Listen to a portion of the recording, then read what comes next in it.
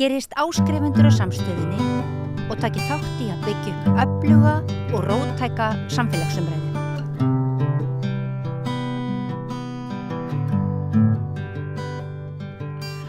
Já, komið þið sæl og blessuð. Ég heiti Björn Þorláksson og á mánudögum þá höfum við svolítið verið að fjalla fjölmiðla, stundum spillingu. Og í dag þá ætlum við kannski að reyna að sameina umræðu þetta, fjölmiðla og spillingu, því stundum nú stutt á milli. Það bara einn gestur sem kemur til mín í þættinum í dag, það Þorvaldur Logason. Hann nýbúinn að nýta sér gervigreindina til að þýða framúrskarandi spillingarbók sem að Þorvaldur skrifaði fyrir 2 árum cirka, Eimreiðar elítuna, og ég ætla að fá að heyra af því hjá honum. Og við ætlum líka að ræða svona til dæmis koma inn í umræðu sem var hér við Rauðaborðið í Sonum Egils í gær uppgjöru við bankahrunið, hvaða orðræða í gangi gagnvart því, hvað höfum við að segja njósnamálin og þau mál sem komið hafa upp, og hvernig Ríkisútvarpið að manna umræðu þætti, eigin umræðu þætti spillingu. Þetta eru svona meðal þess sem við ætlum að ræða. En velkomin til okkar, Þorvaldur. Takk fyrir. Hvað heitir Eimreiðar elítan á ensku? Hún heitir Locomotive Elite, a corruption story, eins og þetta, og hét sko Eimreiðar elitan spillingarsaga. Þetta bara beinþýðing sem ég hendi í loftið þarna í rafbókaformi. Já. Þessi bók þín, hún vakti sko hjá mörgum mikla athygli. Já. Kannski fór hún ekkert mjög hátt í fjölmiðlunum. Já, sko, ég fekk nú bara, sko, fyrir utan Ríkisútvarpið, það sem ég var kannski aðalega að tala Ríkisútvarpið. Já, sem náttúrulega langöflugasta stofnunin.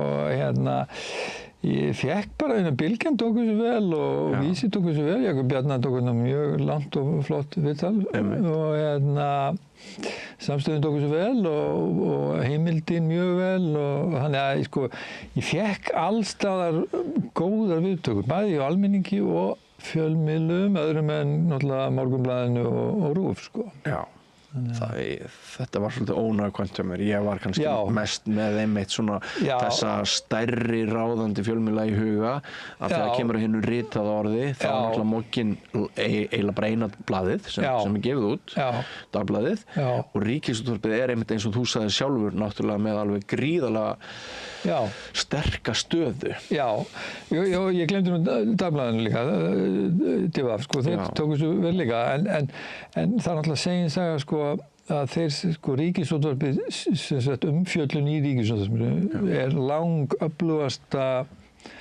áhrifamesta tæki til að selja bækur, sko. Það bara búið að margreyna það, sko, og prófa það. Þannig að ef þeir frysta mann úti, þá hefur það mikil áhrif, sko. Já, og Ríkisútvarpið í huga ennþá sumra Íslendinga, svona ákveðin hornsteinn eða vísbending það hvort bók nægilega mikils virði til að hugleiða innihald hennar. Þannig að, sko, ef að segja pólitísk ábyrgð Ríkisútvarpsins þegar kemur að gaggrínum bókum spillingu, sem sannarlega mikið mein hér í þessu samfélagi, sú ábyrgð mikil. Hún gríðarlega mikil, og sko, ég vil nú taka fram að ég fekk umfjöllun, sko, eftir jóltölur, svona lokaþætti eftir jól, því að, þú veist, salan nú svona, 7-8 mánuðum eftir útgáfu, sko, því að salan í raun og veru dottið niður á mestu leyti, sko. Þannig að kynningin verður miklu veikari, sko. Þannig að, en ábyrgðin er gríðarlega, og það alveg, finnst mér alveg greinilegt að, sko, það engin, sko, sterk móttaka gagnvart fræðibókum, gaggrínum fræðibókum þarna inni, sko, núna. Nei. Þetta fjallum mikið af náttúrulega bókmyndum, svona almennum bókmyndum bara, og skáldsögum og svoleiðis, og oft flottir þættir hjá þeim, sko, eins og síðasti bara þáttir í hjá Agli á vestan, ég veit ekki hvað þú séð hann, sko, svo feikilega flottur, sko, en við hinir hérna, fræðimennirnir, gaggrínu fræðimennirnir, eru fyrstir úti, sko. Ég alveg saman, og þau eru mjög góð í að fjalla hluti sem ekki eru umdeildir. Já, sem ekki umdeildir. En þegar kemur að viðkvæmustu efnunum Mörguleiti mikilvægustu. sem einmitt og þar sem að Ríkisútvarpið hefur yfirburði á alla aðra fjölmiðla. Algjör yfirburði. Ríkisútvarpið ekki háð markaðslögmálum. Nei. Það eru engir auglýsendur sem að geta bara hótað, heyrðu, ég hætti bara að auglýsa hjá þér ef þú birtir þetta. Eins og með litlu einkareknu fjölmiðlana skjálfandi með ekki við neinum áfullum. Nei. Og eru sko, það eiginlega með ólíkindum, manni finnst það í fullkomnum heimi, þá ætti Ríkisútvarpið að vera sá fjölmiðl sem að myndi mest lyfta undir gagnrýni umræðu. Já, og leita dálítið að þeim röddum sem að hafa ekki sterkar rödd í samfélaginu, sko, og lyfta þeim mjög upp, sko. Og ertu sammála mér með það að við höfum séð þróun í þá átt seinni ára að það eins og þau verða alltaf smeykar og smeykari að fjalla grjóthörð álitaefni. Það var alltaf þáttur spillingu í síðustu viku sem að var samt engin þáttur spillingu. Þetta var hjá Ríkisútvarpinu í Silfrinu á mánudaginn fyrir viku og efnistökin voru svo máttleysisleg og val á viðmælendum, það virtist allt miðast við að allt væri öruggt og við myndum svona frekar sko taka pottlokið og þrýsta því niður frekar en að leyfa gufun að koma upp. Já, sem var það sem var í gangi fyrir hrun, sko. Sem var það. Öll umræðum spillingu henni var haldið niður bara mjög sterkt, sko, sérstaklega í Ríkisútvarpinu og Ríkissjónvarpinu, sko. Það var ekki vafa það og það var þessi regla sem að kannski við kannski rætt áður með að það mætti ekki fjalla spillingu fyrir kosningar, sko, þegar mest liggur á, sko. Mikilvægast fyrir kosningar. Mikilvægast umræðum. Að kjósendur fái upplýsta umfjöllun það bara hvaða þingmannsefni séu tengd og spilt. Hvað skaðlegast samfélaginu eins og við kemur í ljós í hruninu, sko. Þannig og það var sko allstaðar í öllu samfélaginu var þessi stemming að það væri engin spilling og umfjöllunin sko var dálítið skammarlega, það var dálítið glæpur að fjalla spillingu, sko. Og síðan kemur ákveðið tímabil eftir hrun sem að mjög öflugt, sko, Ríkisútvarpið vaknar og fjölmiðlar vaknar og fáum Kjarnan og svona, það gerist ýmislegt og svo afturför. Blómaskeið. Já, blómaskeið. Já. Síðan greinilega afturför og menn náttúrulega líka að endursemja söguna dálítið mikið, sko. Já. Við þurfum að vara okkur verulega mikið á. Við ætlum að koma því aðeins betur á eftir. Já. En ég sem sagt hrósa bókinni þinni, mér finnst bókinni góð, ég las hana á sínum tíma og ég nota hana aðeins sem heimild við mína eigin spillingabók sem mér skilst að ég eigi ekki að ræða í þætti sem ég styrkir sjálfur af hagsmuna ástæðum, sem ég skil alveg. En það er bara svo lítið skrifað spillingu upp á síðkastið, það er erfitt að skilja manns eigin höfundarverk eftir. Maður verður að leita í eigin höfundarverk, það er erfitt öðruvísi. Stundum. Þetta fræðilegt, sko. Já. En sko, langt síðan þú fékkst á hugmynd að þýðana yfir á ensku? Sko, ég taldi það að ég á enga pening, sko, bara með ein útgáfu sem basli sjálfur og bara eins og með þessa bók, sko. En þannig ég taldi það alveg vonlaust verk, sko, að hún það svona fræðilegt eðlis og það mikil sig, sko, þetta svo stórt umfjöllandi og mjög íslenskt að sumu leyti, sko. Þetta hruni sé eitthvað alþjóðlegasta fyrirbæri sem atburður sem hefur á sér stað og á kannski meiri erindi við heiminn heldur nokkuð annað í nútíma sögunni, sko. Þannig að það risastórt, sko. En það var sem sagt ég taldi þetta bara erfitt og ég hafði ekki pening til að ráða góðan þýðanda og svo kemur þessi vitvél, allar þessar nýju vitvélar og ég fer að prófa þetta og þetta náttúrulega, þetta bylting, það er ekki vafi það. Þetta risastórt, stór byltingi fyrir á svo marga vegu náttúrulega, en fyrir rithöfunda og fyrir fræðimenn sem að hafa ekki sterka útgefendur heima fyrir það úti, þá þetta bara algjörlega einstakt því að þessi vél, hún þýðir, sko, þó því til þessum bara ágætur í ensku, sko, þá treysti mér ekki til að skrifa texta af þeim gæðum sem að við skrifum á íslensku í bókunum hérna almennt, sko, held ég. En svo prófaði þetta og útkoman bara með ólíkindum, sko. hún skuli skilja íslensku svona vel, skuli þýða hana svona vel, það er alveg makalust, sko. Þannig að þú byrjar bara á því að henda öllu skjalinu í hana? Nei, það er nú eins og vandi, þetta er ekki þannig? Nei, því miður. Það var í draumaveröld, sko. Ef við getum og kannski eru þessar sko, þýðingastofur hérna konum með svo leiðis, sko. Þannig ég velti því fyrir mér, sko. Af því að þetta er svo eftirsótt tæki, þá hefur maður ekki, svo ég upplýsi nú áhugasamar fólk það, að þá hefur maður ekki aðgang að nema, sko, maður verður að mata hana bara síðu fyrir síðu nánast, sko, bara nokkra síður. Já, það er svolítið. Já, og því að jafnvel þó ég sem er keypta aðild að þessu, þá tekur hún ekki við ykkur rosa miklu, af því að sko, hún krassar stundum á heimsvísu, sko. Vélinn, sko, af því að það er svo margir sem vilja nota hann. Hvaða forrit nákvæmlega ertu að nota? Ég er notað með ChatGPT og það er náttúrulega þetta minnstalegast, það kom kannski fyrst var stæðst, sko, en svo er nú kínverska síður og það er fleiri að koma út allt, sko. En hún er algjörlega mögnur í þýðingunni, sko, og það ég fylgdist bara að vera að þróa þetta, ég notaði fyrst 3,5 og svo þetta ég bara fara aftur, komum 4 og það komum 4 og ég þurfti bara að láta hann aftur því að maður sá mismuninn hvað hann er að bæta sig í þýðingum og skilningurinn er bara með ólíkindum en maður þarf að mata þetta svona síðu fyrir síðu og fara svo vel yfir því að hún getur stundum sko skálda bara eitthvað sko. Og hún getur bara bætt og sko að því að við erum í svo viðkvæmum málum að það þarf að hafa allt upp á 100% sko.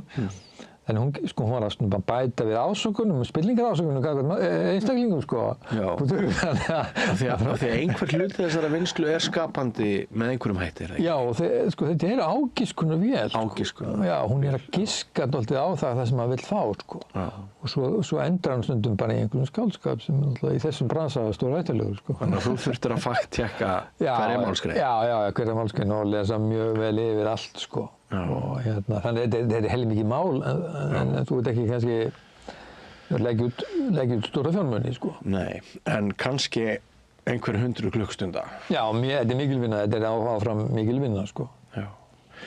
Og hvað kostar svo ritið á internetinu rafrænt? Svo er það, sko, þeir sem er nú kannski svona innra basla og hafa ekki erlenda útgáfa þá geta það nú alveg dálítið glemt í að þetta verði, ef það er ekki með reyfara eða einhverja stórkostlega skáldsögur, sko, þá verður þetta nú ekki neitt bestseller og verðið er mjög lágt, sko. Bara markaðan er þannig, þetta er heimsmarkaður og það er bara lygilega lágt, þetta er bara 1000 kall, sko. Já, þannig að sko ef einhvern hlustanda núna eða áhorfanda vantar þessa bók sem heimild, þá var kannski kostur að aka á bókasafnið og fá hana þar, ef við komum á hann ekki, sem kostar kannski bensín sem að nemur 1000 krónum með slit á bílnum, en hann gæti þarna allt eins bara náð sér í bókina, rafrænt fyrir aðeins 1000 krónur. Hver er slóðin? Hvar finnum við hana? Þú finnur þetta bæði á Amazon og Apple Books, sko, Amazon Books og Apple Books og Kobo bóka, þannig að þetta er mjög auðvelt að leggja þetta, Lokomotiv Elite, sko, flettir maður því bara upp eða Þorvaldur Lóðsson með TH. Og þá kemur þetta mjög gott aðgengi að þessu og auðvelt að ná sér í þetta, sko. Og það var nú bara, ég vil segja, það var kanadískur fræðimaður sem var að hafa samband við Transparency International bara helgina og vantaði upplýsingar hann var að skoða spillingun á Íslandi og vissi ekki neitt eins og hann sagði. Vantaði og þarna gæti ég bara hendi hann einn í bók og hann list mjög vel á þetta og bara eitthvað sem hann hefði ekki aðgang að. Einmitt. Minnir mig á að finnskur starfsmaður Ríkisútvarpsins í Finnlandi hafði samband við mig í tvígang í fyrra sumar vegna umfjöllunar ætlarar spillingu á Íslandi og þá saknaði ég þess mjög að einmitt að geta ekki sent honum handrit á ensku af bestu vinnur aðal. Það er kannski mesta tilgang þarna, svona, bara þetta sé aðgengilegt. Þetta verður ekki stórkvöldið sala en fræðimenn og einstaklingar sem að fræðast Ísland, þetta læri mikið af þessu. Þetta bara frábært. En sko, bókin þín gekk vel, þú prentaði hana 2 svar. Ég prentaði hana 4 sinnum. Nei, var það 4 sinnum? Já, en það var svo litlu, þetta voru svo litlu. Þetta dýrprentur, þetta vöndur, gísla vöndur prentun hana, fyrstu prentarinn frá Ekki stóru upplög. Ekki stóru upplög, en þetta endaði í 4 og svo einu viðbót erlendis, sko. Já. Þannig að þetta var feikilega mikil prentun, sko. Og 1500 eintök kannski einhvers svoleiðis seld. Fyrir svona stóra og mikla bók, það meðsala, sko, á fræðir sviði, sko. Það mjög gott. Já. Hérna, ertu með eitthvað framhald í kollinum? Ég ekki með neitt framhald í kollunum. Ég hef ákveðið samband við erlenda aðila sem hafa tekið mjög vel undir að skoða þetta. Bæði í Hollandi, Bandaríkjunum, Svíþjóð, Bretlandi. Þannig að ekkert svona til að upplýsa núna. Nei. En Ríkisútvarpið spurði í forundran fyrir slettri viku, einhver spilling á Íslandi? Og hérna... Við erum ennþá þarna, sko. Við erum ennþá þarna. Það ennþá einhver hluti þjóðarinnar og þar á meðal fólk sem vinnur við fréttir sem vill trúa því að við séum miklu saklausara og betra ríki, geðfelldara ríki heldur en við erum. Og það virðist vera sem að sumir hafi kannski fengið smá kalda sturtu yfir sig núna með afhjúpunum Helga Seljan sem blessunlega komin aftur yfir á Ríkisútvarpið eftir að hafa verið flæmdur burt í rauninni, sko.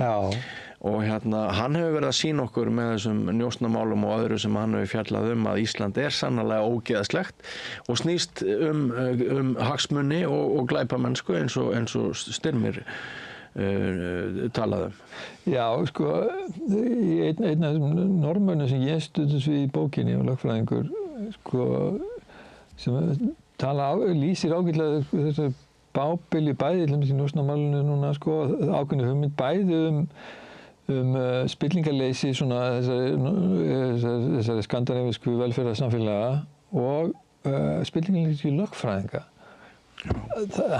Hann lýsir í raun og veru og segir lögfræðingar eru spilltasta stétt landsins. Og þeir fara kannski með skilgreiningavaldið að einhverju leyti.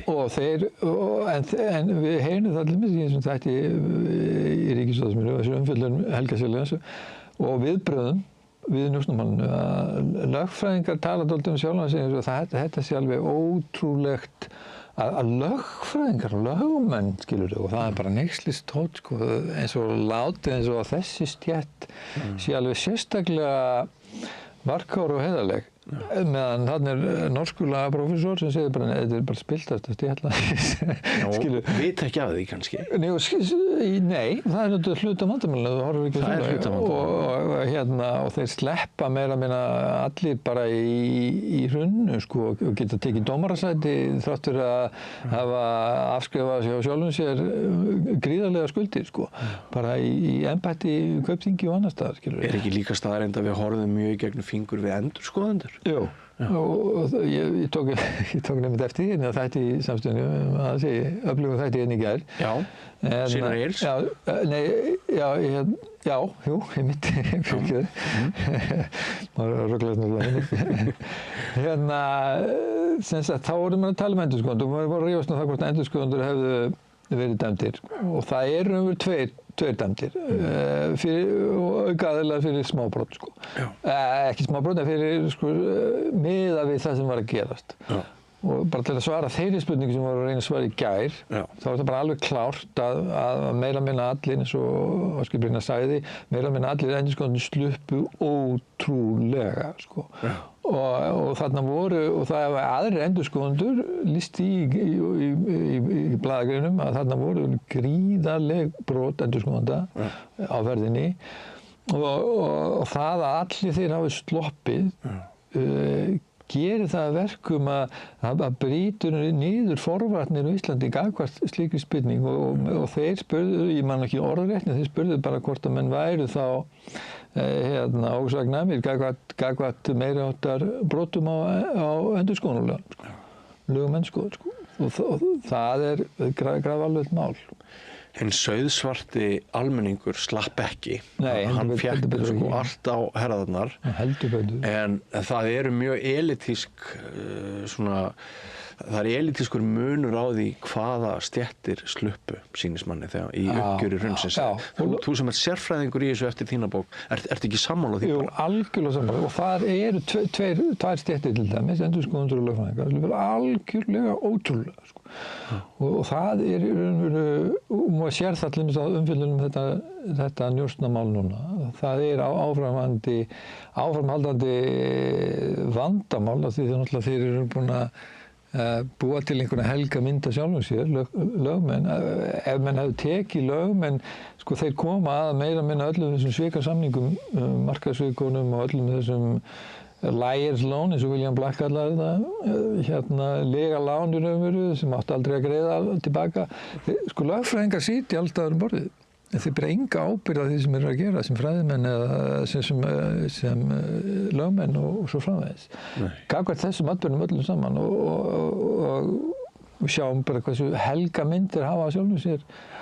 Það er verki á kafi í þessum spillingamálum, sko. Já, það er kannski ágætt að árétta það þessum tímapunkti að það er ekki frétt að lögmaður standi sig vel. Við gerum ráð fyrir því að lögmenn eins og aðrar starfsstéttir standi sig vel. Við erum að tala um þann hluta lögmanna sem hreinlega þetta eru fúskarar, þeir eru spilltir, þeir láta glepjast af tíðaranda sem færir þá úr góðum vinnubrögðum yfir í vond og jafnvel glæpsamleg vinnubrögð. Og við ætluðum að draga mikinn lærdóm af þessu hruni, en af því að þú varst að tala um þáttinn í gær, Syni Egils, í seinni hlutanum þá heyrði ég ekki betur, en þar væru bara mættir einhverjir fulltrúar sem væru að endurskrifa söguna, sjálfum sér í hag og ákærendum í óhag. Og þeim sem að leituðu réttlætis og vildu réttlæti, nú svolítið verið að segja okkur þá sögu, þrátt fyrir allt, að það hefur verið gengið allt og langt í norna veiðum. Já, sko þetta saga sem, sko, heimildamyndin fræga í Ríkisútvarpinu á 15 ára afmæli hrunsins, hún þarna, sko. Akkúrat. Hún þarna og það náttúrulega hvítþvottur, þetta stóralvarlegt mál, sko, og við getum séð af hverju menn hafa verið eftir hrun og fyrir hrun að vera að kaupa fjölmiðla og fjármagna fjölmiðla með gríðarlegu tapi. Það þá bæði Björgólfur Thor og Hans Westman og aðrir náttúrulega útgerðin og svo framvegis. Þannig að menn hafa smá saman og við erum kannski komin á þessu 15 ára afmæli þarna. Þá erum við komin á einhvern stað þar sem menn telja sig geta endurskrifað, komnir nóg langt frá, ekki til að gera þetta heiðarlega upp eins og held ég við vorum að reyna að gera það, heldur til þess að endurskrifa söguna. Við erum á þeim staðdóldi núna þar sem menn telja sig geta gert það. Á það vegu, og ég heyrði það í gær, þessum ágæta þætti, að andrúmsloftið fyrir hrun hafi verið með svona útrásinni og víkingar og þessari skuldsetningu og góðæri og þessari ofæði öllu saman. Almenningur hefði verið með því, en síðan hefði komið annað andrúmsloft eftir hrun sem var svona ofsóknar, menn vildi dæma það og fóru offari og svo framvegis og samanber pólitískar ofsóknir gagnvart Geir H. Haarde og að þeirra mati og svo erum við að tala um að menn hafi farið offari í dómum, sko. Það þannig í bókinni hjá Velding og fleirum og þessum bankastjórnir hafi verið að reyna að segja og stjórnmálamenn og útrásarvíkingar. Ég sé ekkert, sko, í því rétt nema hugsanlega það sem við vorum að tala um gær, að menn hafi gengið og langt í hliðranum, sko. Og þar hafi menn og ég held að dómstólar hafi og ekki verið að manna hliðranir rétt kannski. Nei, og ekki gert þetta faglega og almennilega. Og mann hefði ekki passað upp á hluti þar. Það eina sem ég hef séð og því liti rétt í gær, sko. En hitt, sko, stóra sagan einhverjar ofsóknir, hún algjörlega fráleit. Og ég tók eftir því í gær Við erum kannski stattir þarna sem stjórnmálin segja, jú, það voru glæpir þarna, við fengum þarna í gær, einn frá Framsóknarflokki og einn frá Sjálfstæðisflokki, jú, þeir viðurkenna það eru alvarlegir glæpir þarna, eða kannski eitthvað erfitt með að segja alvarlegir, en það voru glæpir þarna sem sagt og þeir voru framtir, en það hefur verið glæpir svipaðir annar staðar og menn hafi farið offari. Hvort ekki rangt. Það er algjört einkenni á Íslandi. Að glæpirnir hérna, fjármálaglæpirnir, voru alvarlegir. Þetta er ofboðslega erfitt fyrir Íslendinga að horfast í augu við þetta og stjórnmálamenn og aðra. Sko. Það er bara bolleikandi staðurinn. Ég hef borðið þetta undir bandaríska endurskoðendur og þeir bara gapandi að því að það hefur verið að bera saman sko, það sem gerist í Bandaríkjunum með hérna, junk bonds og þessi undirmálslán og allt þetta.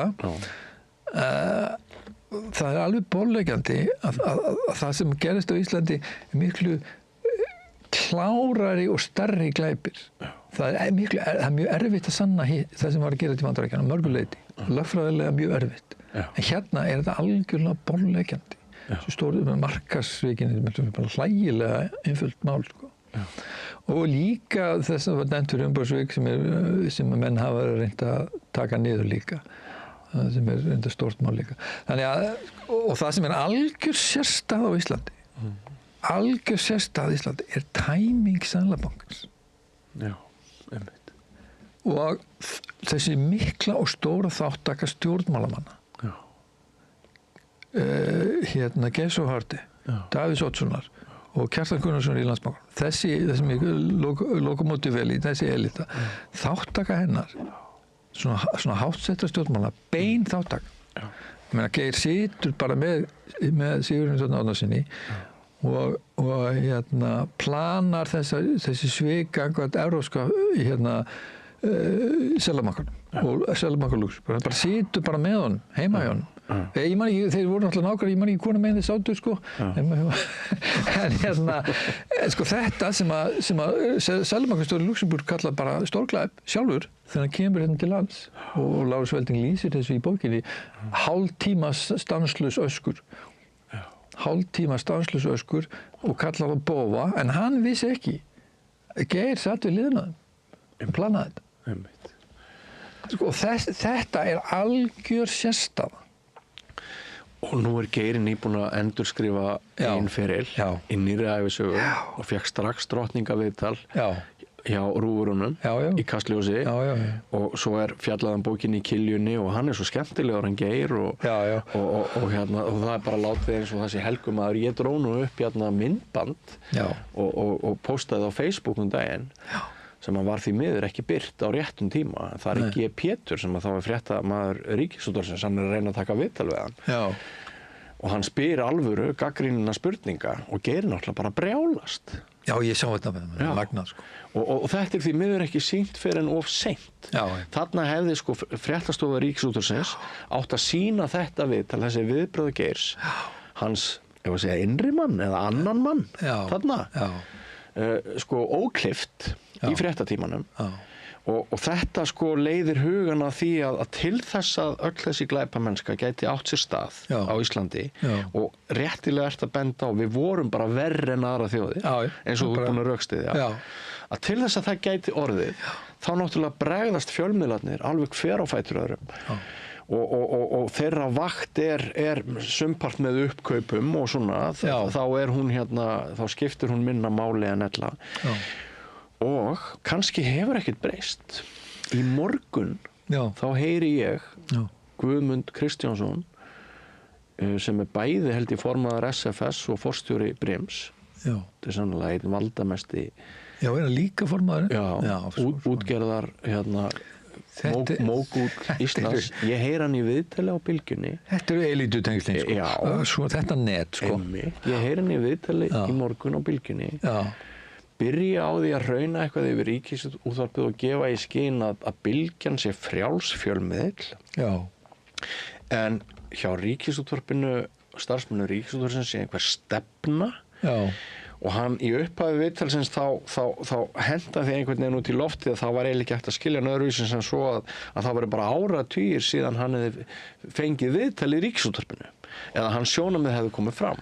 Já. Ég hafði samband við Heiðar Örn, Sigurfinnsson, fréttastjóra Ríkisútvarpsins og hann svaraði fyrirspurn minni að Guðmundur í Brimi var bara síðast fyrir nokkrum vikum í viðtal á Ríkisútvarpinu. En þarna hann mjög ósvífinn í yfirlýsingum. Heiðrún Lind Marteinsdóttir, hún nýkomin inn í stjórn Sýnar. Stjórn Sýnar? Já. Hún stjórnarmanneskja í Sýn núna. Hún framkvæmdastjóri SFS. Mogginn komin í eigu útgerðarinnar. Sýn mögulega á leiðinni inn í eigu útgerðarinnar. Þá þeir koni kannski að þá þeir að mynda þetta sem ég myndi fjalla bókinni, þessi langverandi barátta að mynda risastóran fjölmiðlaauðhring. Sem þessi elita hefur verið sem ég kallaði Eimreiðarleilduna og þessi klíka núna sem tengdist útgerðinni, hún búin að vera að reyna að mynda þennan auðhring og tók niður Jónana, Jón Ásgeir og Jón Ólafsson sem sagt, og baráttu gegn þeirra veldi og markmiðið hefur alltaf verið að búa til þennan auðhring og svo út kannski lýsa sig þeim kannski loksins að takast það núna. Kannski það að takast það. Og sko á sama tíma og Ríkisútvarpið hefur mist bitið og þyrfti aftur að fá tennur, þá eru þeir sífellt að saka það að vera með agenda og ganga of hart fram þegar hið öndverða almenningi augljóst. En ef þú heyrir einhvern hlut nógu oft og valdaskekkjurnar í samfélaginu verða gríðarlegar, þá endar það með því að þú ferð að lepja upp og trúa vitleysu. Já, heldur betur, því miður, þannig virkar áróður virkar bara og jafnvel þú trúir honum ekki, þá laumast hann inn og það sést nú kannski að viðbröðum sko við þessari makalausu auglýsingu þarna, þessu auglýsingaherferð og minna talandi að komast ekki að, skilur. Já, þú tala auglýsingaherferðina sem gegn hækkun veiðigjalda. Já, þess að veist, ég meina talandi að komast ekki að, skilur, hver annar getur rekið svona auglýsingaherferð, sko. Og þeir segja líka, sko, hún algjörlega missum, þetta alltaf sjálfsmark ársins, vel orðað. Þeir segja samt, sko, hún samt áhrif, sko. Að þau kemur upplýsingunum að, sko. Jafnvel þó að fólk tækir sér illa, trúir sér ekki, þá hafa hún samt áhrif. Og sumlítið hafa rétt fyrir sér og það alltaf líka dálítið óhugnilegt, sko. Það líka bara mjög óhugnilegt að sko völd útgerðarinnar sé orðin svo mikil að það sé ekki bara það að sko það séu dæmi að útgerðarmógular hundelti fólk vegna skoðana þeirra, til dæmis sá sem að gagnrýnir eitthvað í sjávarútvegi og starfsmaður hjá stórum útgerðarfyrirtækjum, hann þarf ekki að kemba hærurnar í starfi. Nei. Og með sko þessum vaxandi fjölmiðla ítökum, ef rétt að þeim að takast að mynda þennan hring sem þú ert að tala þá náttúrulega gæti svo farið að lokum að meiri segja gagnrýninn status á Facebook sem einhverjur hópi almennings skrifar, að hann bara muni kosta afleiðing. Var það ekki á RÚV daginn sem menn fór að sko taka viðtöl út landið og fólk vildi ekki tjá sig. Var það ekki? Í sjálfblásum? Jú, það kom framhjá þeim í svona bara framhjálaupi að vegna hagsmuna og tengsla við útgerðin út á landi þá er fólk íbúar landsbyggðarinnar mjög tregir að tala um þetta frumvarp. Já, einmitt, tjá sig frumvarp. Af því að sko við vitum það, mælingar sýna það að almenningur 80-90% telja eðlilegt að þessar leiðréttingar séu gerðar. En fólk þorir ekki að segja það. Vegna þess að mógularnir eru með stóran hluta af íbúum landsbyggðanna í vasanum. Ég þekki það ágætlega. Ég bjó 25 ára á Akureyri. Ég heyrði Samherja og fann Samherja náttúrulega anda ofan í hálsmál íbúana. Ég var sjálfur alinn upp í sjávarútvegsplássi og það var nú ekki orðið einhverjum þá, sko, en maður þekkir alveg aflið sem að þessi fyrirtæki hafa, sko, gríðarlegt afl, sko, yfir samfélaginu og þetta er algjörlega ráðandi aðilar, sko. Þannig að, og það sem er að gerast náttúrulega Alþingi núna, náttúrulega þetta er það sem menn eru að vera stöðva þingið í sinni vinnu. Þetta er ekkert annað, þetta er bara stöðva lýðræðislega framgang mála á mjög grófan hátt með málþófi sem er öfgafullt og sko, það sem ég rakst á mínum rannsóknum sko, sem eftir hrun og lýsir þessu núna, sko, það er til dæmis margir, ég veit að það eru margir sjálfstæðismenn sem bara sáttir, finnst þetta ekkert auðgafullt þessi hækkun veiðilagjalda og margir framsóknarmenn eru það líka og svo framvegis.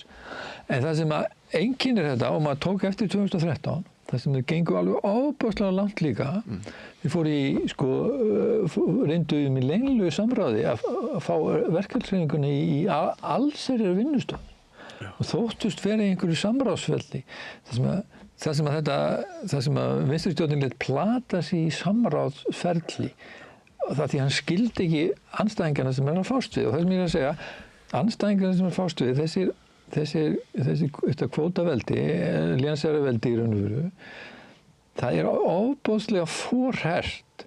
Þannig að sko, þetta sem gæti verið bara sáttatillaga, skilur, þessi frekar hófara veiðigjaldshækkun. Alls ekki langt gengið. Það samt ráðist á það af ofboðslegri hörku. Og það er þetta sem var einkennir, sko, og pínlítið óhugnilegt, þetta eðli. Sko. Það er óhugnilegt. Já. Að þetta sé svona grimm sérhagsmunagæsla og hún er grimm eins og ég lýsi í bókinni, það sem er rángtúlka, beita fyrir sér allavega óheiðarlegum lagatúlkunum sem voru kannski ágæta fræðilega upphafi hjá Sigurði Líndal og öðrum en voru svo augljóslega bull og rugl sem svo var þessu hent sko. En þetta var notað til að blekkja almenningu þetta kvótakerfi að við getum bara fengið þetta tilbaka, allt gefið frjálst og allir fengið sín einstaklingsrétti og veiðirétt aftur. Þetta var bara helbert bull allan tíman. Eða sko, fyrsta árin var að segja að þetta var kannski eðlileg akademisk pæling, en hún stóðst aldrei og þetta var frábært tól til að blekkja almenning það að áætlanir kvótagreifanna og þessara ráðandi flokka hefur alltaf verið að ná varanlegum eignarréttum yfir þessari auðlind Íslendinga. Og það hefur þjóðin alltaf sko bara verið brjáluð út í þeir sem uppgötaði þetta en það voru bara svo fáir nú að snemma.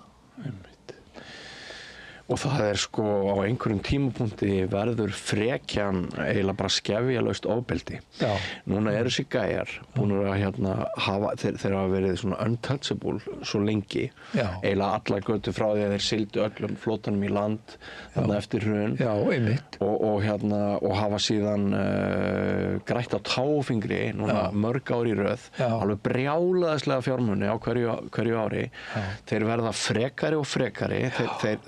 Peningarnir sem eignast fara stóru leyti í uppkaup á öðru atvinnulífi en því sem tengt sjávarútvegi sem skiptir mjög miklu máli vegna þess að þá alltaf fleiri og fleiri Íslendingar háðir geðþótta þessara gæja. Og það brýtur samkeppni og það einmitt hluta því að margir sjálfstæðismenn og framsóknarmenn og margir í viðskiptalífinu eru orðnir reiðir, sko. Þeir vita að þeir eru aldrei öryggi með sitt fyrirtæki, þetta er óheiðarlega því að það er einhver aðili sem getur fengið bara auðlindarentuna og nota hana til að fjármagna meðan þeir þurfa sko lána okkur vöxtum til að reka sitt. En þóttir séu reiðir, þá eru þau líka svo hræddir að þeir þurfa bara svona að hvísla, ég er reiður við eldhúsborðið með makka sína. Ég er reiður, ég þori samt ekki að segja það upp átt. Það kemur ekki mikið upp átt. Nei, sko, vegna þess að staðan er orðin slík. Þess vegna held ég að þetta veiðigjalda frumvarp núna og þessi heljarslóða orrusta sem er í gangi og verður í gangi á milli, ég ætla bara að segja það upp átt, á milli afla sem sumpart virðast hafa spilst verulega á milli þeirra og hins vegar einhverja svona umbóta sinna og hún snýst ekki bara veiðigjöldin, hún er tákgræn. Þetta er eiginlega síðasta síðasta úrræði stjórnmálafólks til þess að segja aðeins til að byrja með bara hingað og ekki lengra. Og ef sko mér líkur við að setja sér táknrænir peningar sko, sem myndu nást þarna frá þeim, að ef hún vinnst þessi orrustöð, þá getur það snúið leiknum. Og það gríðarlega mikilvægt að sjá það í Bandaríkjunum, hvað ógnulegt, hvað hlutinni gerast hratt, við búum með eitthvað lýðræði og lýðræðisfyrirkomulag. Þetta á að vera leiðandi lýðræðisríki í heiminum. Akkurat. Og augabragði. Allt í bara handarskóla. Og það bara komin einhver valdshyggju brjálæðingur þarna. Og hann getur gert eins og með sömu aðferðafræði eins og ég lýsi í raunveruleika bókinni. Það að brjóta niður checks and balances sko. Brjóta niður allt aðhald, hvort það ná tökum á Hæstarétti, ná tökum á fjölmiðl, brjóta niður embættisvaldið og faglega stjórnsýslu og allt þetta. Og þetta gerist, sko, það bara nokkrir mánuðir, það bara nokkrir mánuðir, þetta óvenjulegt og hluti af þessu svo greinilega einmitt þetta, þessi misskipting auðs og það eru menn sem eru og sameiginlegri auðlind okkar allra. Og það menn sem eru orðnir svo ríkir, þeir bara missa allt tengsli við veruleikann og fara bara að hegða sér bara eins og bóvar út í eitt. Það það sem gerist og þetta gerist út allt. Og sko það annað sem dettur í hug núna að við höfum hneykslast á að hægri hönd Bandaríkjaforseta sé Musk og einhverju svona ríkustu gæjarnir. En hver staðan hérna heima á Íslandi? Hafa ekki verið ríkustu gæjarnir sem hafa verið næstir forsætisráðherrum hérna liðins tíma? Ég mikið? Hún að laga mikrofónin. En hefur það ekki verið bara þannig hér? Hefur ekki Bjarni Benedikts, var hann ekki sjálfur afsprengi hérna auðmanna og hafi ekki alltaf verið auðugustu mógular landsins, meir og minna, þétt við hlið forsætisráðherra hér? Nú trúum maður því að það sé ekki alveg sú staðan með Kristrúnu. Hún ber allavega einhverju leyti ennþá hérna, hún nýtur þess að sko eins og Aston Lauer sagði vald spillir, algjört vald gerspillir. Hún ennþá það ung í starfi að við getum ætlað okkur það að núverandi stjórnar meirihluti sé minna spilltur heldur en meirihluti sem væri búin að vera óslítið við völd áratugum saman. En sko þeir eru margir möskrarnir hér á Íslandi. Já, mikil ósköp. Og við náttúrulega, sko, samfélagi hjá okkur, lýðræði samfélagi þróaðist náttúrulega miklu seinna heldur en annar staðar og það sem náttúrulega einkenni og vakti kannski furðu mína og marga annara þegar var að tala um þetta óspillta Íslanda, þetta einmitt þetta samband sem við tala um milli auðmanna og stjórnmálana, þetta var bara, það var bara engin munur. Ég meina, hvort maður Tórsveldi eða einhver hábeinveldi. Sko, Davíð Oddsson satt bara sem fundarstjóri Eimskips sem var höfuð Kolkrabbans, skilur. Og þegar hann kosinn formaður held ég Sjálfstæðisflokksins, þá hann bara með auðmenn held ég sko stjórnarformann eða framkvæmdastjóra Eimskips held ég við borðið held ég, ef ég man þetta rétt, sko, og svo Brynjólfur Bjarnason við hliðina á hann sem, sko, sem sagt, valdið alveg, sko þessi tengsl á Íslandi og þess vegna svo gott að rannsaka spillingu á Íslandi, þeir eru svo gjörsamlega borðleggjandi augljós og þetta sáu menn í Skandinavíu, sko. Menn sáu þetta í Skandinavíu og það sem Ásgeir var eitthvað gær hvað menn voru vakandi í Skandinavíu og héldu sig frá eitruðum samskiptum hérna á Íslandi að þeir vissu alveg þessi nánu tengsl stjórnmála. Ásgeir Brynjar ritstjóri vísbendingar. Já, hann átti góðan leik í gær og ég ætla að hrósa Gunnari Smára líka fyrir það hvernig þeir voru að reyna að vinda ofan á þessari söguskoðun sem virtist vera að fæðast. Já, hún virtist vera að fæðast. Hún fæddist nú kannski aldrei alveg. Allt snýr á haus í eftirmálum hrunsins. Já, og Íslandsbanka, veist, það var fjallað minni Íslandsbankamáli í gær og það sýnir okkur líka hversu stutt við erum komin, sko, og hvað við erum endalaust að vandræðast með einkavæðingu. Just mjög áhugavert að heyra hérna efasemdir hans Ásgeirs Brynjars gagnvart einkavæðingu Íslandsbanka. Þú heyrir ekki þessa rödd mikið í fjölmiðlum að menn sé að efast einkavæðingu Íslandsbanka. Nei, mjög lítið. Manstu hvað hann fann henni helst til foráttu í umræðinni í gær? Kannski að rifja þau? Já, sko, við finnst það merkilegur punktur hjá honum, mjög merkilegur, sem ég líka verið að velta fyrir mér. Byrju, af hverju ég meina einkavæða Íslandsbanka núna án þess að vera búin að gera upp bara lagalega, bara bara alveg grundvöllin lagalega síðustu einkavæðingu sem eru það bara sakamál ennþá. Þegar allt verður vitlaust. Já, þegar allt verður vitlaust. Það kom svolítið óvart að það sé ekki búið að nýta. Já, hvað er mér lengi að þessu og hann bendi líka á það. Það er búið að sameina Fjármálaeftirlitið og Seðlabankann sem ég er mjög ósammála og var ekki niðurstaða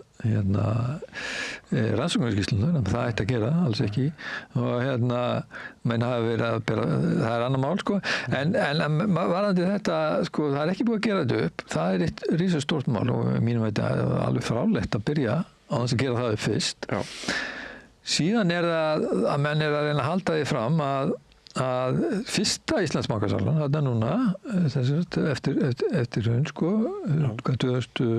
hvað er það, 2021, fyrir, ætla sé ekki fyrir 4 árum, cirka, 2021. Það sem menn dömpaði þessu bara á markaðin, stórun hluta og selja til margra aðila og þeir heldur því fram í gerð, þetta hefur rosa vel hefnað.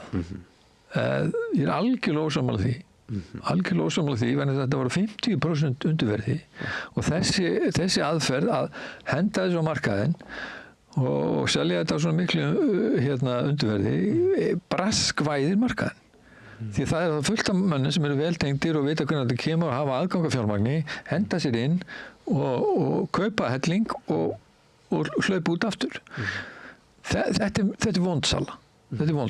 Næsta salan, og fyrir utan það að bara selja 50% undirverði er bara lélegt umbóðsala eða var í verðbréfasali fyrir einhver stórfyrirtæki, sko. Þú var rekinn á staðnum, sko. Já, þannig að menn halda þessu fram samt að þetta eru stjórnmálamenn hér. Rósasræði, sko. Og síðan komum við í næstu einkavæðingu Íslandsbanka. Og þar eru menn að segja, já, verðið er gott, það er rétt, þetta var mjög gott verð en þar eru menn ennþá í svona frösum sem hafa verið í gangi til löngu fyrir hrun og líka þessi frasa sem að selja þetta bara að því að svo margir að kaupa, að það sé frábært, ekkert að þessu stendst, en svo voru menn með þá hugmyndum að það gefa afslátt til að örva markaðinn. Þetta var líka fyrir hrun. Við notuðu þetta sem afsökun. Til að selja ríkisfyrirtæki undir þeir. Það fer bara hrollur niður rykksúluna þegar maður heyrir þessi sömu gömlu rögg. Þú eru að örva markaðinn. Ég skrifaði það í bókinu, þú þarft ekkert að örva markaðinn á Íslandi. Þetta er bara fyrir þróunarlönd. Þetta er, sko, þú þarft bara góðar upplýsingar, heiðarlega sölu og gott fyrirtæki. Og síðan sér bara markaðurinn sjálfan sig. Þú þarft ekki, ríkið þarf ekki að gera þetta afslátt. Nei. Með toppvöru, algjörlega toppvöru, þú veist að allan þvílíkan gróða business þú múrt að selja. Þannig að, og svo eru menn að segja núna, og mjög óttast að þau farið í það jafnvel núna, að þau eru með svona tilboðsmarkað, sem að fá einhverja svona fagfjárstað og selja snöggt með einhverjum tilboðum, að því að ég heyrði líka bankasýslu forstjórinn að segja þetta sem tíma að því að afsláttur í útlöndum þá er að vera afsláttur hér að þessi venjan og þetta er þessi normatífa hugsun sem að heimspekin varar mjög við það er að segja þú ert með eina reglu fyrir allan heiminn raun og veru það er að horfa, við erum með mjög sérstaka bankamarkað bara algjörlega einstakann því að það er engin almennileg utanaðkomandi samkeppni.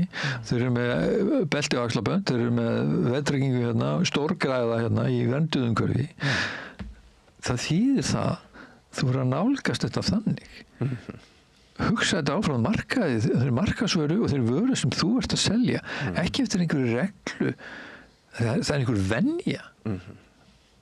Með toppvöru, einstakar aðstæður, einokun, hugsaður úr því, þá gefur ekki neitt afslátt nema rauðan döðan sem kemur út að ljósa þessir erlendu aðilar sem áttu að vera að beita fyrir. Þeir náttúrulega voru ýmist ekki til staðar, hugsanlega bara gamalt fé úr runnu sem kemur erlendis frá, eða bara menn innleysa áhættulausan hagnað sem er algjört no-no í þessu. En það sem mér finnst ekki athyglisvert með Íslandsbankasöluna er að núna eru komin ríkisstjórn sem gerir þetta bara nákvæmlega sem ég lýsti þetta í bókinni tillöguna sem ég held að sé ef við tölum spillingarrannsóknir og verðmæti þeirra svo að það sé ekki formlega sagt hvernig á að segja, samkvæmt spillingafræðum, hvernig á að selja banka.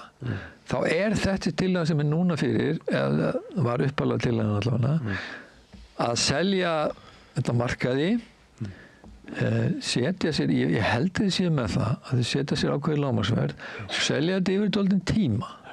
Ekki henda þessu öll út, ekki selja þetta hratt, heldur selja þetta bara og hætta þá að selja ef verðið ekki nóg hátt. Ég held alltaf að fara þetta svona og ef maður, verðum þetta kannski spillingar að segja, þetta veldur stórskaða, við höfum ágæta reynslu af þessu. Og þeir virðist vera að fara í þessa leið núna, en það gerðar eins og var gerðast með alla einkavæðingu.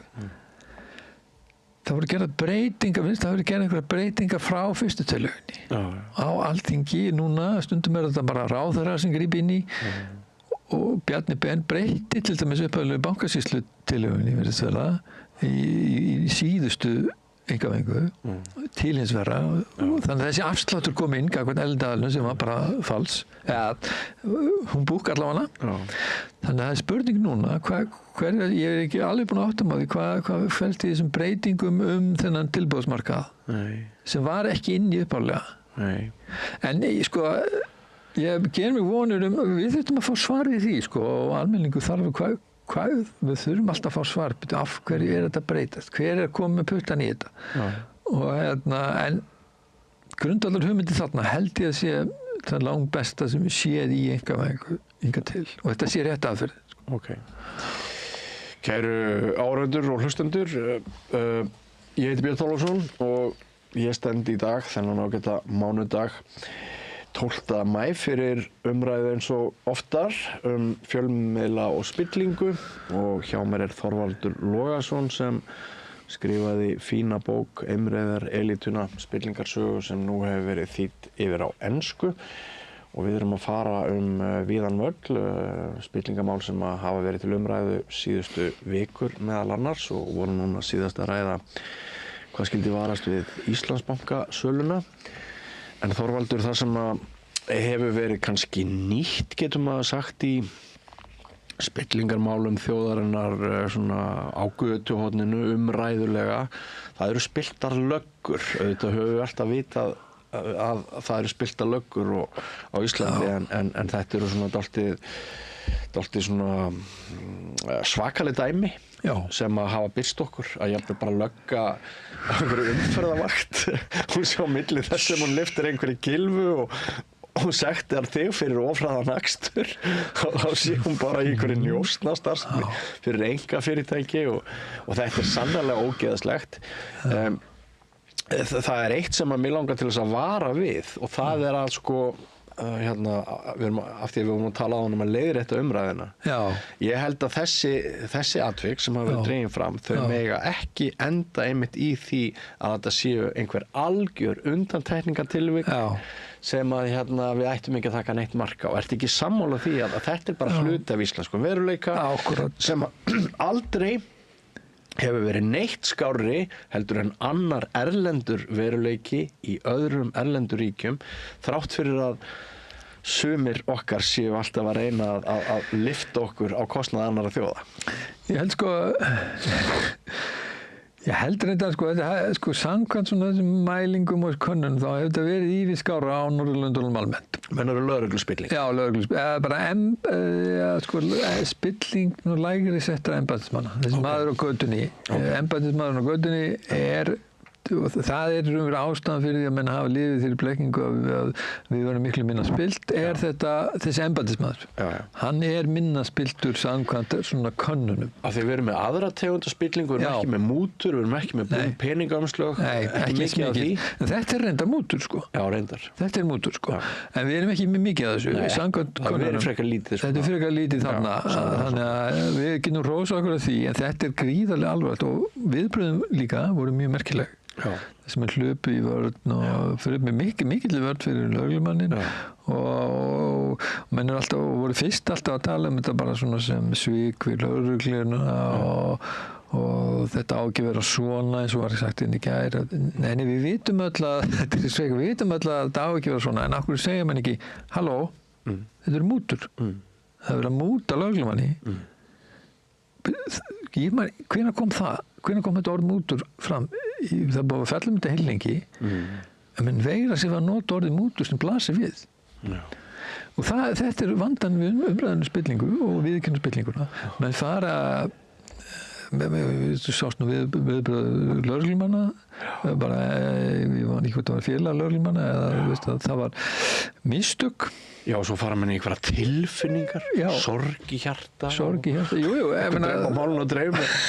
Það er alveg eðlilegt í sjálfu sér, en fyrst viðbröðin verða að segja bara, þannig er brot, þannig er bara mútur. Og þannig er mjög gríðarlega alveg inngripin í líf manna. Og brota á persónuvernd og persónuverndarlögum, það hefði átt að vera fyrstu viðbröð. En það var ekki, sko. Svo er annað sem ég hef aldrei skilið í íslensku samfélagi.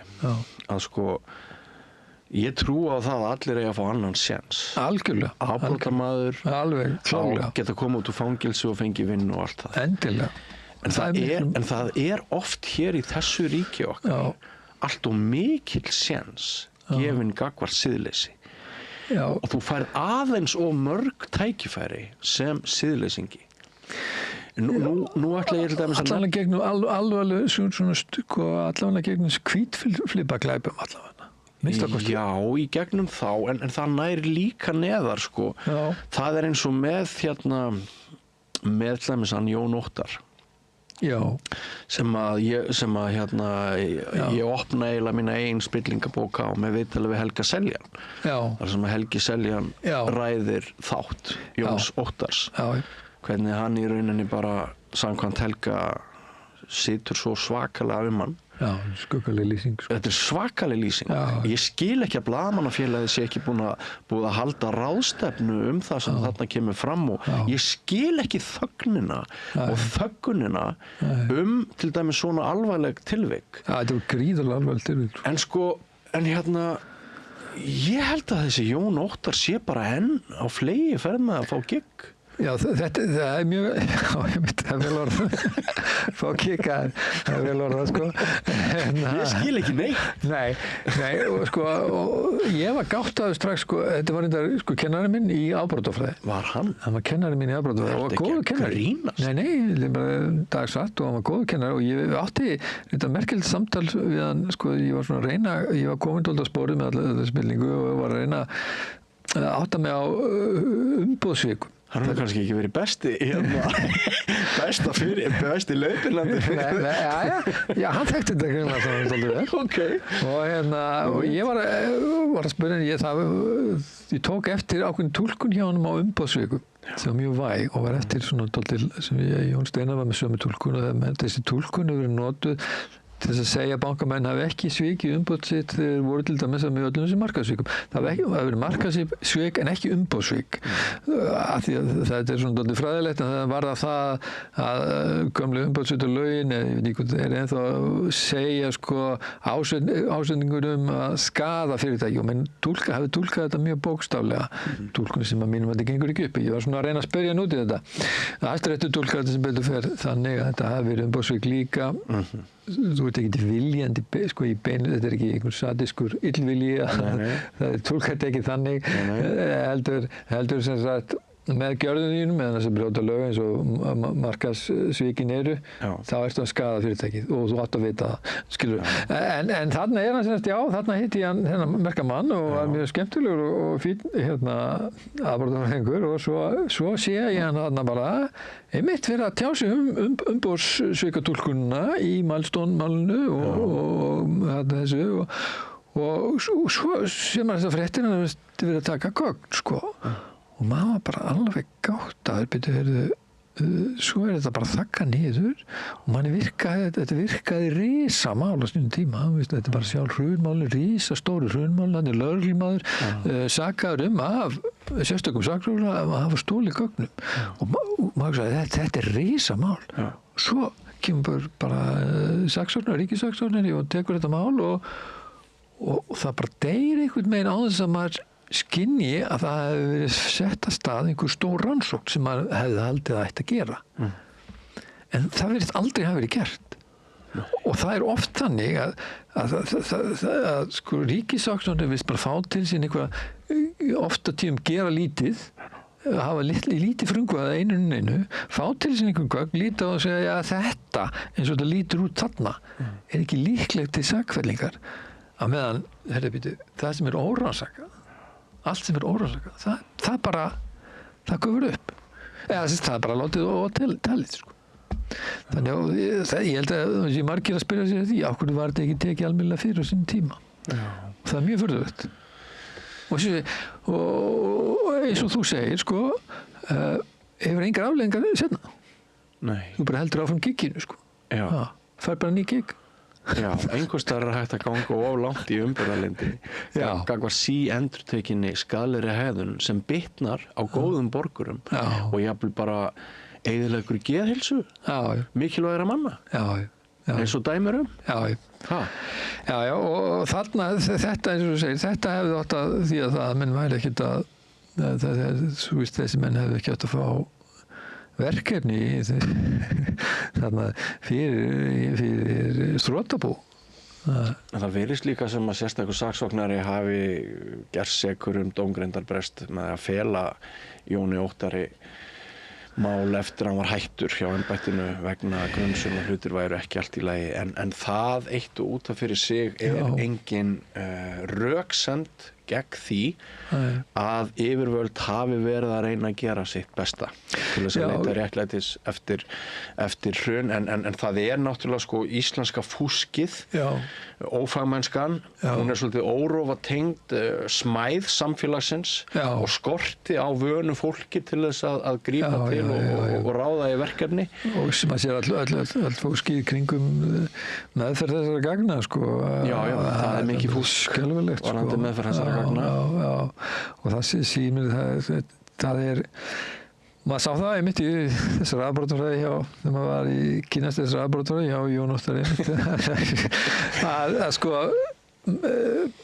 fræðin sko málins sem maður las frá Bretlandi sko meðferð hvernig þau voru meðferð þeirra sko hvað var margfalt faglegri heldur maður nokkuð tímann séð hérna á Íslandi sko það var ekki vafa því sko En hvað segir Þorvaldur? Siðferðiskennd Íslendinga einhverju leyti veikari heldur en sumra annarra þjóða? Já, ég hef lýst sko sumuleyti og sumuleyti sko, ég hef lýst siðferði ég held að stend við það sko að siðferði sko við erum svona við skiljum siðferði með tilfinningarlegra og sem getur verið mikill styrkur sko þannig að við björgum breskum sjómönnum hérna við Látrabjarg og annar staðar skilur og leggjum okkur í bráða lífshættu þrátt fyrir að þeir séu að ræna okkur hérna lífsbjörginni skilur þetta algjörlega einstakt sko og við hérna það það besta í þjóðinni samankomið í bara þessar einu sögu þetta er stórkostlegt sko og við skiljum sko siðferði svo tilfinningarlega og við hjálparsveit fljótur að koma til hjálpar allt og öllum þegar á bjátar en við ekki heimspekilegir siðfræðingar sko að því að kirkjan er veik heimspekin er veik þannig að við skiljum ekki reglur og prinsip og meðferð reglur og prinsip hvenær þau eru viðeigandi, hvernig það túlkaði, hvernig það lýsa upp aðstæður við opboðslega léleg þarna sko. Og erum við ekki svolítið, hættir okkur ekki svolítið til að stilla siðferðisskilningi okkar upp að einhverju leyti tengt hagsmunum? Jú, svo erum við svo tengt og lendum í svona eilífum flækjum með hagsmuni sko, allt viðskiptalífið alls að spaghetti í samkvæmlífi stjórnmál og þannig að við lendum í eilífum flækjum frændi og vini og það liggur við að svokallega svona prinsipistar að það sé bara hlegið af þeim þegar manni finnst að þeir ættu að lýsa veginn vísa veginn ætlaði ég reyndar að segja en að vísa veginn getur stundur því að maður líka lýsa veginn, lýsa götuna að það stundur hlegið að þeim og þeir eru sakaðir hræstni þeir sem vilja tala fyrir prinsipum eitt dæmi þegar Jóhanna Sigurðardóttir í hrunstjórninni ákveður að lækka eigin laun til að koma móts við bara bláfátækt samfélag sem að riða til falls að þá heyrir strax úr ranni mjög margra Íslendinga að hún sé populisti, að hún sé hræstnari, þetta Guðni forseti hafi fengið þetta líka þegar hann ætlaði að láta einhvern hluta launan sinna ganga til góðra mála eða eitthvað og bara það er eins og eins og það sé í huga ofmargra, segi ég, gengið út frá því að við séum alltaf eigingjarnar, gráðugar verur sem erum ekki með mikla siðferðislega samkennd. Já, þetta er alþjóða vandamál og ég held að þetta sé hluti af nýsfrjálsvíkinu, þetta er gríðalegur áráður alþjóðlega. Þessi árás á góðu manneskjuna stundum sagt þetta er góða fólkið sagt með svo niðrandi tóni. Þetta er einmitt þessi, þú lýstir þessu vel, þetta er þessi heimsmynd menn séu, þetta er frumskógarmyndin við séum öll í slagsmál, þetta er Hobbes og við séum öll eigingjarn og þetta var innprentað fyrir hrun við séum bara eigingjarn og það séu gott, ekki góð og þetta er hluti af þessu vandamáli en síðan getum við sagt að við höfum vókað aðeins yfir okkur og við eins og hún orðaði þetta ágæðlega Tóra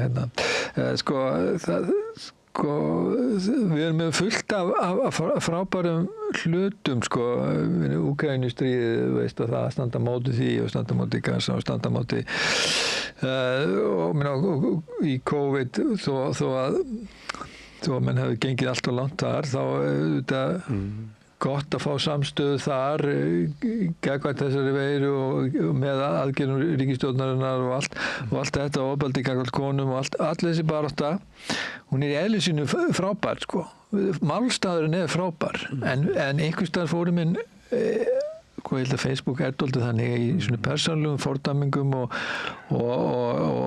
pólitískum réttrúnaði hafa menn farið yfir og það er skemmt málstaðinn dálítið mikið held ég. Ég sammála menningarstríð sem í rauninni skiptu engu máli. Endalaus rifrildi hvaða fornafn við ættum að nota hér eða þar öll orkan í það og þá er ekki hugað hennum stóru brýnu málum sem verið að véla bak við tjöldin og meðan og við sjáum til dæmis bara transfólk sem aftur góðu málstaður skilur það er ofboðslega viðkvæmni ef maður er á móti því að transkonur syndi með konum í einhverju keppni og maður er á móti því afskaplega eðlileg skoðun en það verður svo mikil heift og svo mikil árásir og það er bara mannhatari og þetta fer í trömpisti þetta fer allt í rugl og þetta finnur bara gegn málstað maður fara svo oft yfir hinum menn og þarna menn að vóka yfir sig Ég held að það sem kunna skýra hluta af þessu svona hjálparleysi gagnvart því sem skiptir mestu máli í heiminum að þá förum við að setja alla okkar orku í eitthvað sem að við förum að trúa að skipti alveg óbærslega miklu máli og við ætlum að nota það til þess að aðgreina góða og vonda fólki og við ætlum að upplifa okkur sjálf á einhverjum í rauninni ekkert allt á stórum skoðunum oft en við látum eins og bara allt sé undir einmitt og maður sér Afríkufeminista kalla þetta forréttindafeminista Vesturlanda af því að þeim finnst þetta ekki einmitt við vera að hanga í aukaatriðum þegar all grundvallarprinsipin eru ekki í lagi og svo náttúrulega þessi sturlun að það er bara heilu starfstéttirnar sem að virðast vinna við það að móðgast fyrir hönd annarra og þetta skilar fasismin sem við erum að sjá núna allan heim hann er auðvitað ekki aflegging grunnurinn þessi misskipting og þessi öfgafulli kapitalismi en þetta en þetta ýtir undir ofbeldi þessi Ibsen fjallaði þetta í villöndinni skilur það var karakter þar sem var svona réttrúnaðar og Nietzsche fjallaði þetta líka þegar að vera að vara við þessum réttrúnaðar konformisma og þessar fordæmingar áráttur persónulega. Í Conclave og nýju myndinni páfakjörið segir einhvers staðar að ekkert sé hættulegra en að vera viss alla hluti. Já, einmitt. Þannig að það tengist líka þessu. Það tengist þessu, sko. Já, þetta sko, það að mörg að hyggja og hérna gaman að geta rætt aðeins svona heimspekilega álitaefni við þig því að þar ert þú jú sérfræðingur.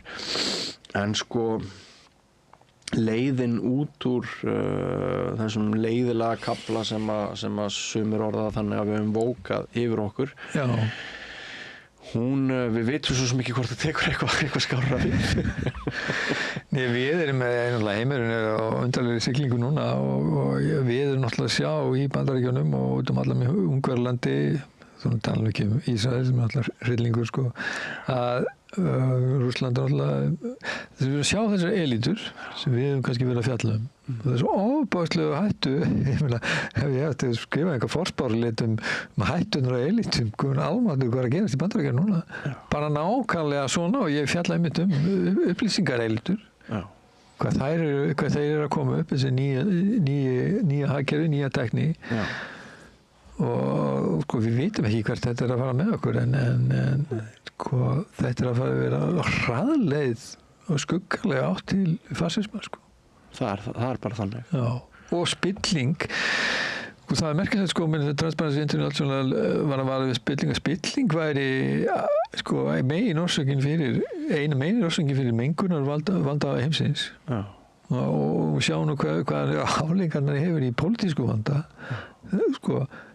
Það er vel hægt að segja að þetta sé aðalmál heimsins. Það sé spilling. Og fátækir greiða gjald spillingarinnar, sagði Frank Pái nýlátin. Já. Það er svolítið, ég vitnaði til hans í upphafi minnar spillingabókar. Fátækir greiða gjald, góð orð, sko. Já, mjög góð orð og það er ekki allir sem að átta sig á því. Nei. Að hér viljum við kannski tósa okkur upp í öllum þessum menningarstríðum, við látum eins og við séum hluta einhverju elítu sem við erum ekki neitt, en okkur langar til þess að vera það og þá tölum við niður almannahagsmuni og okkur langar til að vera í einhverju deildarna fyrir ofan okkur sem við komumst aldrei í en okkur sagt að við kannski komumst í ef við hegðum okkur og tjáum okkur ákveðnum hætti. Og mér finnst ég sjá á Facebook-feedinu mínu að alltaf svona fleiri og fleiri hópi almennings séu farin að tala svona skuggalegri röddu auðræðis og fasisma, ef ég bara segja annars verð. Já, og það er, sko, við erum náttúrulega lifum, sko, þetta eru ótrúlegu tímar og það er náttúrulega að vera að fjalla þetta allstaðar að sko, við fyrsta skipti erum við að horfa á frá stríðslokum og horfa á bara þjóðamorð, sko, og við erum að horfa á þetta fyrst skipti í beinni útsendingu og þetta gjörbreytir sín, sko, það var talað að heimspekingar hafa talað það, menn föndu nú bara sjálfsmorð margir frægir heimspekingar, sko, Stefan Zweig og Weiss, Simon Weiss, Simon Weil, sko, af hverju, að því að það var engin von. Já, þeir horfðu lengi niður í hyldýpið. Já, þeir horfðu lengi. Já, þú veist, það er engin von, sem sagt, síðasta þjóðarmorð breytti heiminum, breytti síninni, það er engin von, þetta er algjört siðferðilegt hyldýpið, það er ekki hægt að fá svör við neinu hérna, sko. Nú erum við að horfa á endurtekninguna í beinni útsendingu, sko. Þetta gjörbreytir sýn manns á heiminn bara og þessi stuðningur Vesturlanda við það er kannski stóru siðferðilegu fréttina bara að Vesturlönd geti hrapað svona og það sé svona mikið stuðningur á Íslandi, maður heyri það á Facebook við þjóðarmorð og fólki sé svona sama og við talum siðferði, fólki sé sama getur bara litið fram hjá þessu eins og þetta sé bara ekki fólk og þessi lágmark samkennd sem að maður treystir á svona þessi mannúðlega samkennd sem ég las einhvern veginn þýskar konur sem held ég eftir fyrri heimsstyrjöldina, sko, og bara sendu út ákall, það var birt á Íslandi, sendu út ákall, sko, og bað fólk að horfa fram hjá glæpunum, horfa fram hjá öllu sem gerðist, bara beint ákall til tilfinningana og mannúðarinnar samúð, sína okkur samúð, ég veit að það er stórkostlega glæpir framtíð en skilur við, burtið frá öllu sem er að gerast, sko. Þetta er ekki fyrir hendi hjá þessu fólki einhvern veginn og þetta er svo stór hópur, sko, í heiminn, sko. En ef ég skil siðfræðinga og heimspekinga rétt, þá sko, það ekki eining í ykkar röðum það hvort siðvit sé mannskepnunni gefið. Nei, það er risastór spurning.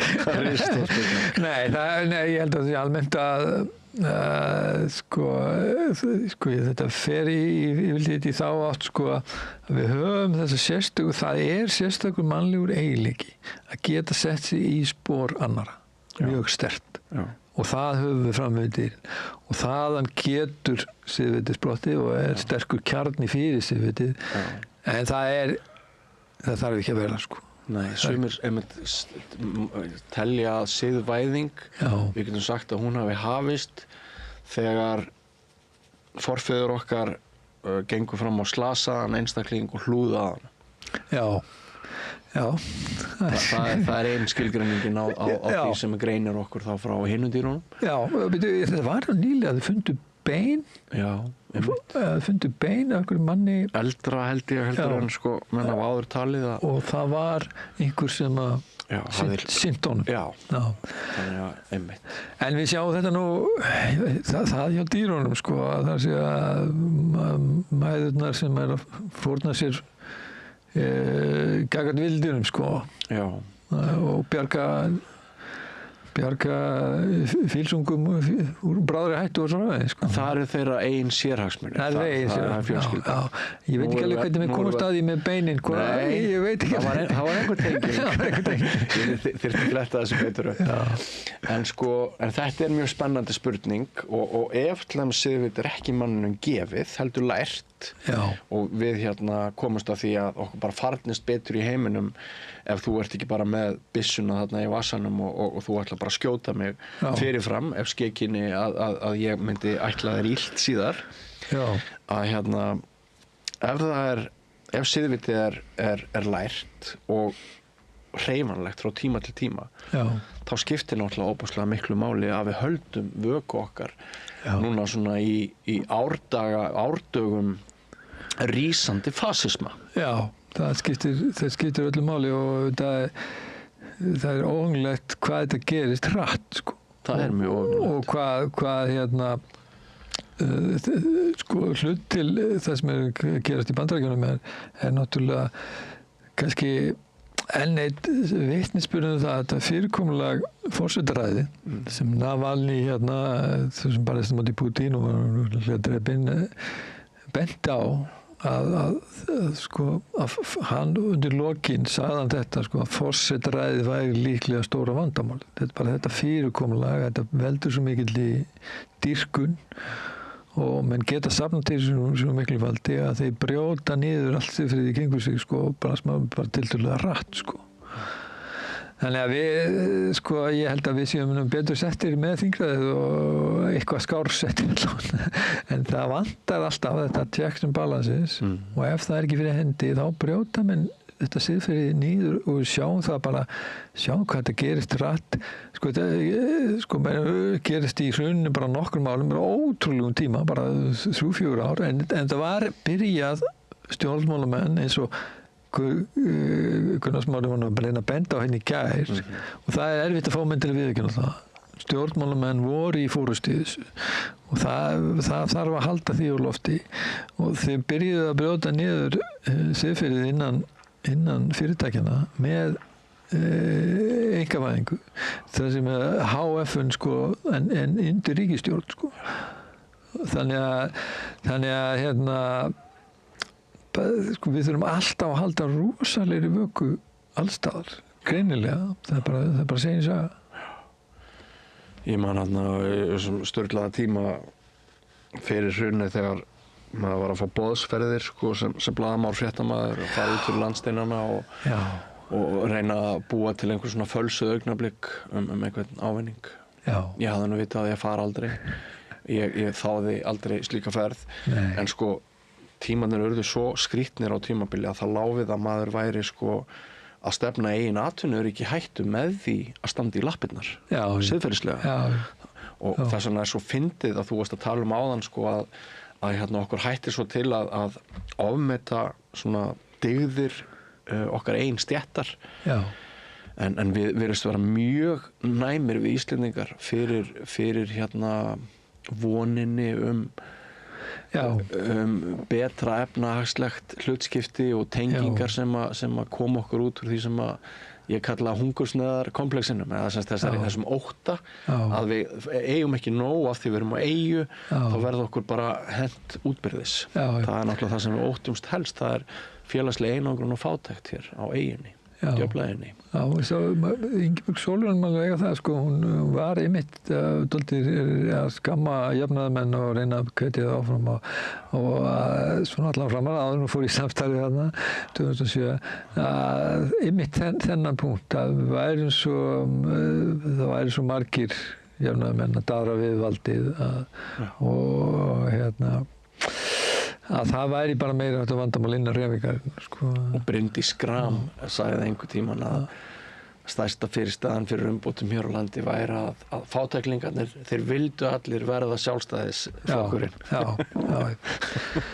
og það var þessi draumur, lýsist ágætlega sem draumum einhverja viðreistnar stjórn alltaf hjá Grótum og jafnaðarmönnum, sko, eitthvað samband við sjálfstæðisflokkinn sem þau áttu að leiða sjálfstæðisflokkinn til einhverjas frjálslyndis og betrum bæta sjálfstæðisflokkinn með henni sem var náttúrulega þegar Sjálfstæðisflokkurinn orðinn ífjölskylmaður, þá var það náttúrulega bara kjánuleg hugmynd, sko.